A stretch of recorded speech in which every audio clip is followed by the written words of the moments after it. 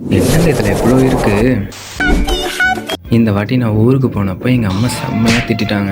Because நான் சென்னைக்கு வந்து 1 இயர் ஆக போகுது. அந்த புதுசில் நல்லா தான் சாப்பிட்டேன். எப்போ இந்த யூஎஸ் ஈரான் வார் ஸ்டார்ட் ஆகி கேஸ் ப்ராப்ளம் வந்துச்சோ அப்போலேருந்து பட்ஜெட் சாப்பாட ஆரம்பிச்சிட்டேன். அதனால் உடம்பு கொஞ்சம் கொஞ்சமாக குறைய ஆரம்பிச்சிட்டு. பட் இப்போ இந்த கேஸ் ரேட் ஓரளவு நார்மலான அப்புறம் கூட ஃபுட் ரேட்லாம் அப்படியே மெயின்டைன் பண்ணுறாங்க. என்ன பண்ணுறது. அண்ட் இந்த டைம் ஊருக்கு போகும்போது நல்லாவே உடம்பு குறைஞ்சிட்டேன். அதை பார்த்து எங்கள் அம்மா என்னடா இப்படி வந்து நிற்கிறேன்னு கேட்டு செம்மையாக திட்டாங்க. சும்மாவே நம்ம அம்மாங்களுக்கு பிள்ளைங்க 2 கிலோ குறைஞ்சாலே 20 கிலோ குறைஞ்ச மாதிரி இருக்கும். இப்போ சொல்லவா வேணும். நானும் வழக்கம் போல் 3 days என்ஜாய் பண்ணிவிட்டு ஊருக்கு கிளம்பும்போது பேகை எடுக்கிறேன். சரியான வெயிட்டு. ஏதோ வெயிட்டாக பேக் பண்ணிட்டாங்க போல். சென்னை வந்து ஓப்பன் பண்ணி பார்க்குறேன். பார்த்தா ஒரு மளிகை கடையே உள்ளே இருக்குது. என்னென்ன இருக்குதுன்னு சொல்கிறேன், நீங்களே கேளுங்களேன்.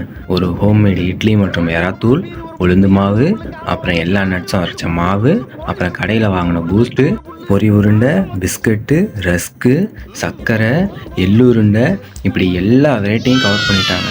1000 பாசம் நம்மளை தேடி வந்தாலும் மதர் பாசத்தை அடிச்சிக்கவே முடியாது கைஸ்.